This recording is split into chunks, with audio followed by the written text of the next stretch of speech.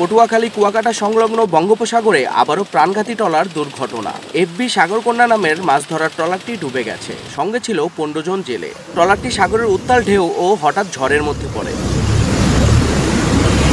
এই ঘটনায় সমুদ্রে ভাসতে ভাসতে 4 দিন পর প্রাণে বেঁচে ফিরেছেন 9 জন জেলে। তাদের উদ্ধার করে দুটি মাছ ধরার ট্রলার, কিন্তু এখনো খোঁজ মেলেনি আব্দুর রশিদ, নজরুল ইসলাম, রফিক, ইদ্রিস, হারুন ও কালাম এই 6 জন জেলের। উদ্ধার হওয়া জেলেদের ভাষ্য, প্রথমে ঝড়ের সময় এক জেলে হারিয়ে যান, পরে বাঁশ ও ফ্লোট ধরে বেঁচে থাকার চেষ্টা করতে গিয়ে আরও 5 জন হারিয়ে যান সমুদ্রে। মহিপুর থানার ওসি মাহমুদ হাসান জানিয়েছেন, 26 জুলাই নিখোঁজের বিষয়ে একটি সাধারণ ডায়েরি করেছেন ট্রলারের মালিক কিশোর হাওলাদার। পুলিশ ও স্থানীয় প্রশাসন এখনও নিখোঁজ 6 জনের সন্ধানে অভিযান চালাচ্ছে।